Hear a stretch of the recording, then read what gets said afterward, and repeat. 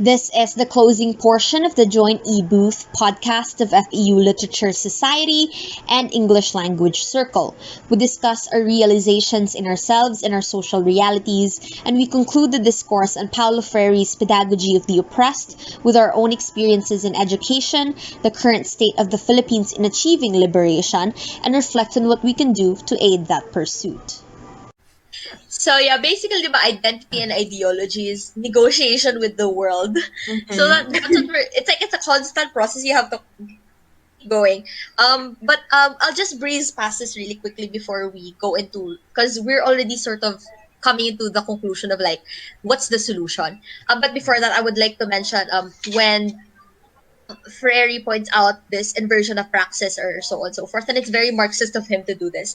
And it reminds me so much of the existence of the superstructure and the infrastructure, and basically the reproduction of the conditions of the production, in which the system will always choose, practice, or enable behavior that allows it to exist, because that's a system, diba? Na parang you will assure your own survival in dominance, in power. Freire also tells us that, diba, the oppressed have been domesticated in a manner na parang they've made us into somehow palpable pieces to the entire system, in which they can benefit from us, and in turn we think that we benefit from them, but they're just doing the thing. So yeah, but basically let's get into solution and on what role pedagogy plays in this recognition of the oppressive system and the becoming of the oppressed as more liberated beings, humanizing themselves. And as the youth, I think it's important for us, like, and as we've done yesterday, is first, of course, to check your privilege. And which we have constantly, we've even apologized for it today. Sorry and, ulit. Yeah, and earlier, Dahrcy's special point was all about amplifying voices, diba? Na parang you don't speak for them, you speak with them, and so on and so forth. And I want to bring out the idea of like false generosity at this point. Right. And I know you everyone has like an opinion on what performative activism is, and that image of trying to help, but there's still some oppressive dynamic in that aid that you're providing. Yeah. So anyone with personal experiences can go ahead. May tanong ako later, pero sige, go. Sure. This is like super specific, but it's like an example that shows you how these concepts are applicable in like anything. I think in terms of body positivity, this conversation where like, because we went from liberal feminists spearheading the idea of body positivity that no, everyone is attractive, everyone is sexy, and it's just like them widening the range for what is fuckable and what's not. Diba? And then they're like, everything is fuckable, therefore everything has value. And then you have the radical feminists who are like, I don't have to be fuckable to have value. You know? I am person, period. And then I think what I was saying about that, yung false generosity, is when men compliment you on your body and thinking that it's like compliments. Yeah, when they're like, you're not like other girls. Yeah, when they do that, and then when they do the parang they're like, I love you despite this. Parang there's no despite, sis. Walang despite. I love you, period. Like, utang na loob ko sa'yo na minahal mo ko. Tapos it's not even things that are like bad, Like I like, okay lang sa akin yung mga matataba. Ganon. Okay. True. I'm indebted to you, sir. Color. Even with color. Coming from a very morena person, I constantly hear people, maganda ka kahit maitim ka. Yan! You hear that even with kahit. Diba, walang kahit. Bakit ganon? Tapos they think na they're being inclusive and they're being very liberated in their mindset, but it's not a compliment. It just shows that you don't actually care about the movement enough to learn enough about it to actually compliment me properly as a person. You know how But that in white turn people don't know how to perpetuates. interact with black people? Yeah. And the fact na when they compliment you, they make it like it's bad at the first place, but it's not. Like Mm-mm. parang, Mm-hmm, 'di mm-hmm, ba? Like mm-hmm. sa simula ganito na eh, pero why are you like telling me na maganda ka kahit ganito ka, like ganito yung gender mo, ganito yung expression mo, Mm. like what? Like hindi naman siya masama at the first place. It should Yeah. be accepted. So ano na, paano na world? Ano na? So, Ano? diba, yeah. Sige, I just wanted to add kasi I mean we breezed through indigenous people kanina. False generosity Mm, is them saying na, oh, we consider yung displacement nila. That's why we're looking for shelters nga eh. yeah, Like yeah, no, yeah, if you want to temporary help them, shelters. leave them alone. Sure. Performative policy din Yun yun. yung idea na parang they're helping in their way. And Yeah. that's in understanding na yung help ng oppressors is limited kasi 'di ba it's not in their perspective of what's actually happening. So I think yun yung point ni Paolo Freire with false generosity is that even though they attempt to help, they're still in the mindset of oppressors. Their help isn't actually help, Yeah. And same at least not to the extent we need. and like same with the LGBT, like yung mga rainbow Pedestrian. Yes, they profit the LGBT exactly. community merchandises. Tapos they put pedestrian lanes na in rainbow pero like they don't actually support the bill. So Yung what's your traffic point? lights with a woman. Yeah, 'di ba? Like they who put is helping that right diba, now? I'm not less oppressed. they parang parang pinoproliferate nila sa society na yung mga representations ng ganito, like they should be accepted and all that. Tapos maglalagay pa silang quotations minsan, pero like you actually It's all support us, surfacial, diba? diba? You actually support the bill that will It's all, di see ba? us all, It's diba? all over social media. Diba? It's ano, diba? I think this was also pointed out a lot sa Twitter during Pride Month, where companies they make products with the rainbow things on it Yeah. and the different kinds of flags, but they're actually part of the people who support discriminatory bills or like but there are private companies that actually have a say in passing laws and stuff like that, and they're one of those people who just do not let it happen. Pero when it comes to Pride Month and when it's like profitable to them, Diba? they're like, hello, we're friendly, Diba? we like women. Yeah. Hello, we love the gays this month. This Please give month. us your money. Ganon. Diba like plugging LGBTQ+, tas if you don't support the bill or support what they're doing para maging progressive yung gusto nilang mangyari about something, there's no point. Like shut the fuck up. Gets ko yun tough, like in a sense na parang you tell me that you love gay people but you Yeah. don't want to support their rights to Diba? marriage, Diba, their diba? protection. So like what Diba? you just say it? Yeah. You know how this conversation was like, I'm not homophobic, but I don't think gay people should get Diba? married.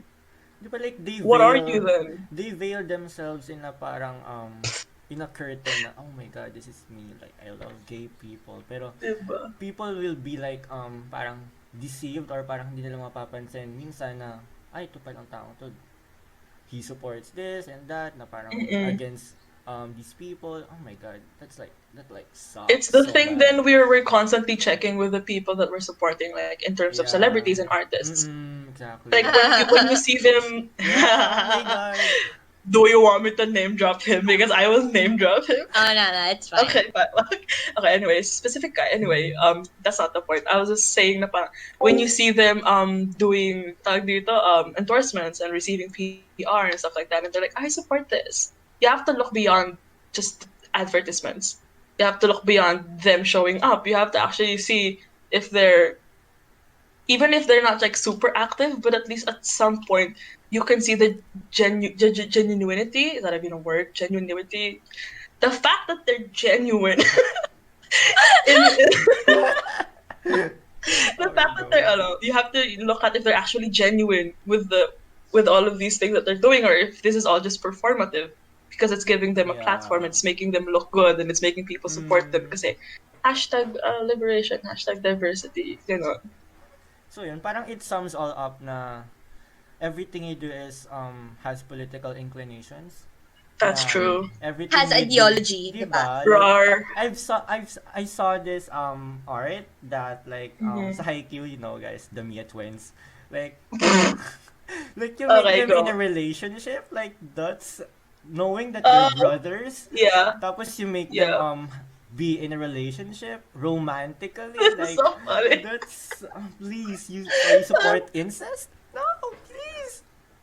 Siguro yung sa conversation na bring up kanina na yung naglalagay ng rainbow flags sa pedestrian lane pero hindi naman talaga sinusupport yung mismong LGBT movement. Mm-hmm. It comes to yung oppressors joining the struggle of liberation. Mm-hmm. Pero in reality, they don't really show much priority. Mm-hmm. They just want the attention. Yeah. And, di ba?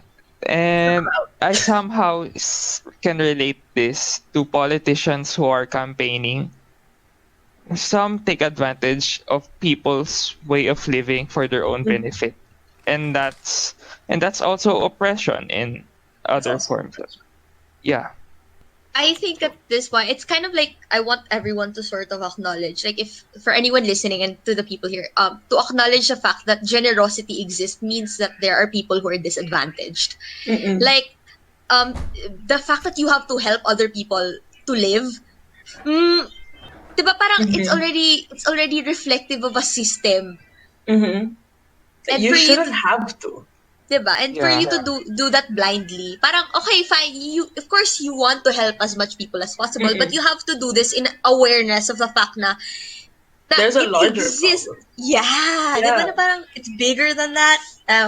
And the whole podcast is basically reflective naman of the idea of how pedagogy influences the future generation, and we sort of have to come and close ourselves. Performative. It's fake. Mhm. So we also have to acknowledge that it's like it's still a system that's new to us. So that's why I kind of understand how oppressors are kind of scared to delve into the new, because even going into the earlier conversation where would you rather stay in this system forever or go into something new, I'm not scared, but I'm still scared of the uncertainty that there is. And Mhm. having all of this in mind, we also have to like consider take in what Freire said, that education, reflection, and learning is what will help us realize that we should be with the oppressed, we should be for the oppressed, and we should also look into ourselves and see whether these little tidbits of this old system is still within us. I guess for me, from what we've discussed so far, we can see that everything is a process. And nothing is, I just like to push this addendum, but there's no absolute truth. Things are constantly changing, and we have to be accepting of that change, as sabi nga ni Sir Marko. And I think, to be more specific, you could just look at the lives of the people who are currently fighting right now. You can trace that they were ignorant at some point, that there was a turning point for them, and that they did not stop there. The conversation for them did not stop there. They actually went through means to educate themselves and to continually look into social issues and be interactive and be constantly what do you call it? Be part of the conversation. Even in the littlest ways, like retweeting something or sharing a post or stuff like that. That in itself is activism. That is you attempting liberation. And galing nga sa sinabi ni Mom, us questioning the system itself is some sort of humanization already. So at some point, there is a humanization that we can achieve even without having to, system upheaval, stuff like that. There's a certain humanization that we are responsible for. I think I just want to push the idea na parang there's a I think we've talked about this again. I think Toff said na parang before we actually get to change the entire system, we have to change ourselves first. Which is very cliche, but it's like it's true. It exists because it's true that we actually, and it's like an acknowledgement na I can only do so much, and the rest is actually a collective response. But that's still the point. There's still so much for you to do, diba? So Yes. parang And then that kind of goes with the pedagogy, because we can recognize that a lot of the things that we still hold on to and believe, and our beliefs are founded upon, are things that were taught to us in school. And it's integrated in our heads and it's internalized, and we have to also be responsible for fixing that and checking ourselves. And we've pressed on that kanina, and then that's why we're pressing onto the idea that pedagogy starts everything. Yeah. Diba? Na parang if I'm 20, I'm like in the second year of college, and a lot of the things I learned when I was in junior high are still like so deep in my brain. And if that's how influential and powerful pedagogy is, then why are we not constantly changing it? Why are we not constantly pushing for it to develop and to adhere to the context it is within, in modern times right now? Yeah. So it's just us, system, big process, brain explode. Ako like for me, parang Okay, go. for me like parang ang conclusion ko talaga ang for me pinakamalaking role na kailangan talagang magkaroon sa society is education, legit. Like I value education so much. Like okay, like I hate this online class. Like I talk shit about it every day.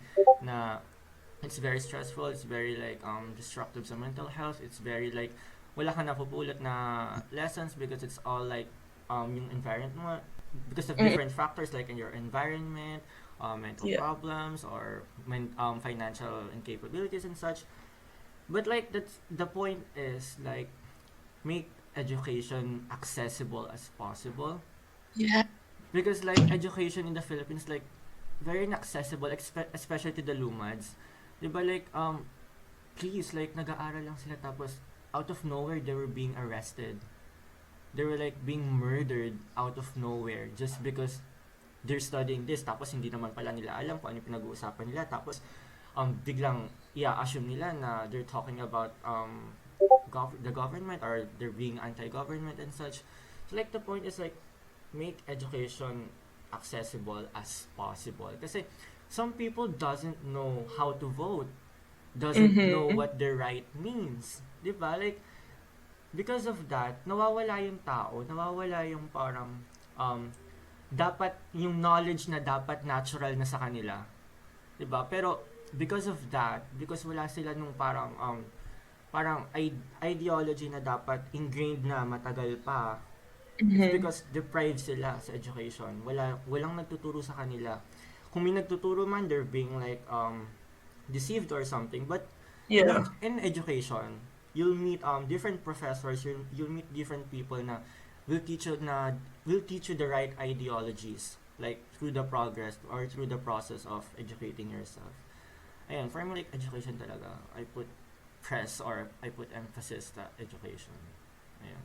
Then I'll expand what Freire said na we have to be critically aware and socially aware of the issues and problems that our community faces, because I personally believe that being knowledgeable isn't quite enough. I know it's a step, but knowledge will only remain knowledge unless action is made. Amen. Agree. I mean, Here. there's mostly nakikita ko kasi sa sa mga, let's say, sa boomers or some na nagtatago sa mismo generation natin na we know that there's something wrong, but then again we're just going with the flow since yung others question na what else can we do, we're just students, sinong makikinig sa atin, and if ever may makinig man sa atin, would they even validate our parang thoughts and ideas? So it's a hard process, but baby steps, katulad na sinabi ni Ma'am Yu. It's a slow process, but it's worth it. it will be worth it once we achieve our goal talaga. Yun yung nakikita ko. I agree that education is at the core of getting away from this sort of thing. Because let's say I'm gonna I'll just reflect on my own words. I am someone who isn't. I'm someone who only cared about social issues as of recently. Like I always cared, but I didn't care to the extent that I do now.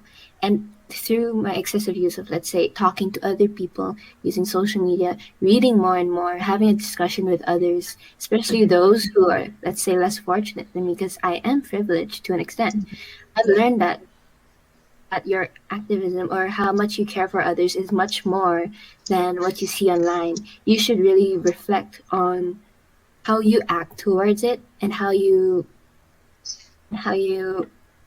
use it to help others. And what I've learned in this podcast is very helpful in further educating myself around those around me and how I react towards those ways. So I'm very thankful that these discussions were open and stuff. So yeah. Finger hearts right now. As for me naman, I will go back to what I said earlier, that it depends.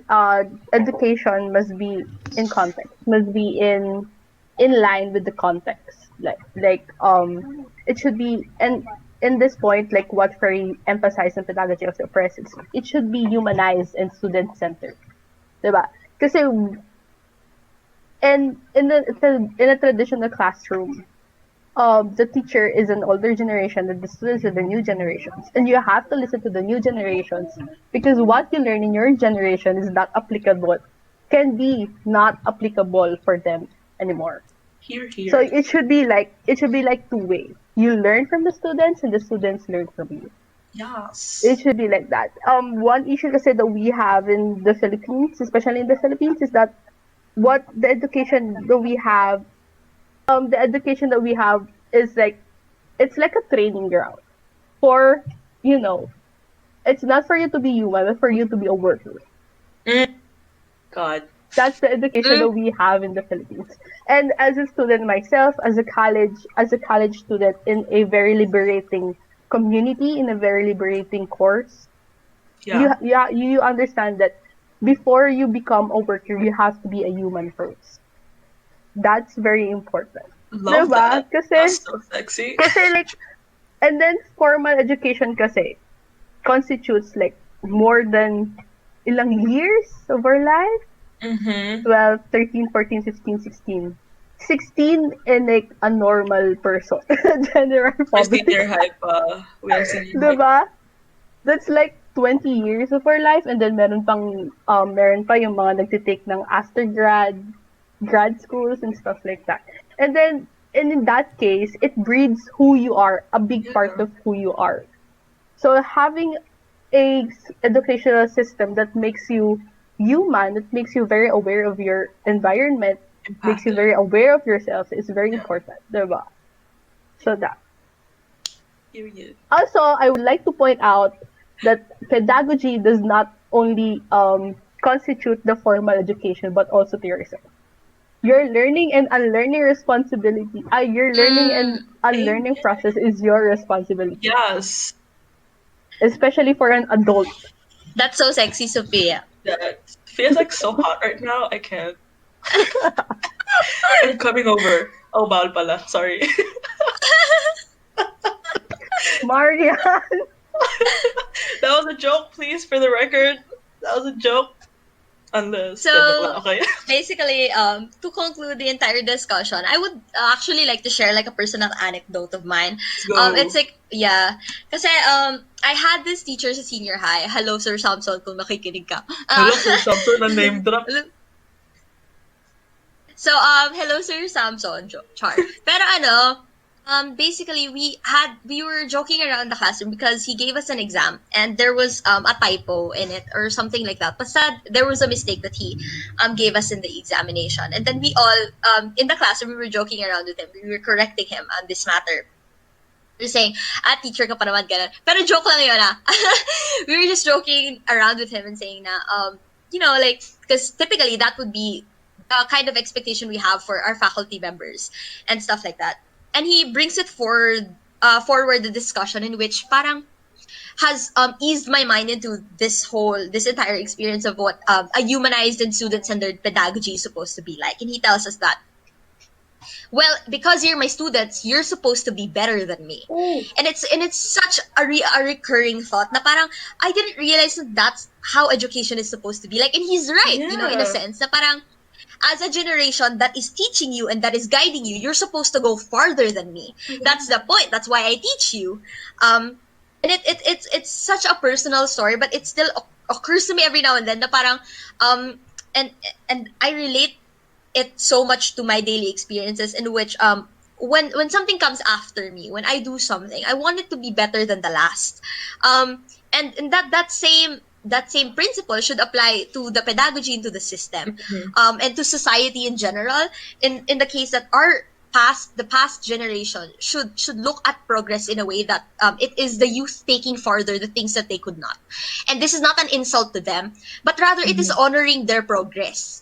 Because you took it a certain point. We're taking it further. So you're not supposed to see it badly. You're not supposed to be threatened. You're supposed to be proud. Yeah, you're supposed to be proud that the youth is doing so much to acknowledge problems that exist from your time and until now. We're trying to fill in gaps in the road that have been left. And in the future generation, the generation that comes after us, they're expected to do the same thing. Yeah. Diba? And we have to continuously be open to that idea, and that the pedagogy itself should shape its learners to be better than the modes of instruction that has created it. And that's thank you, Sir Samson, so much. Sir Samson was like so sexy for that as well. Yeah. What's up, Sir Samson? Sir Samson, hello. Joke lang, What's char. up? Not the I'm sorry, time. I'm just coming on to everyone. I'm sorry. Yeah.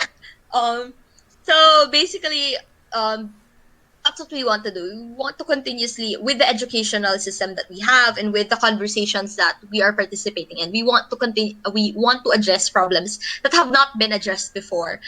We want to offer solutions to certain things that have not been resolved. So, like always, we will close this with the quote that we keep mentioning over and over again. We love it. We love it so much.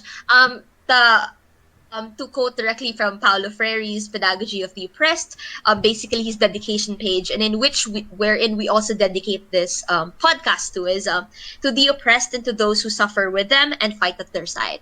So thank you so much for supporting FEU Literature Society and FEU English Language Circle. Yes, finger heart to everyone. Yay! Thank So you, we hope everyone. that yes, everyone. we hope that you Liberate enjoyed yourselves! it. Liberate. Pa-register na kayo. Liberate! That is Overthrow! one way. Ay, corporate upheaval, please. Register for Halala 2022. Totoo. That's liberation. Register. This podcast was a collaboration between the FEU Literature Society and the English Language Circle. It has been brought to the audience as part of the 2021 ISE Fair of the Institute of Arts and Sciences Student Council. Thank you for listening, and remember, pag litong-lito ka na, pag-usapan natin yan in Litong Litalks. See you soon!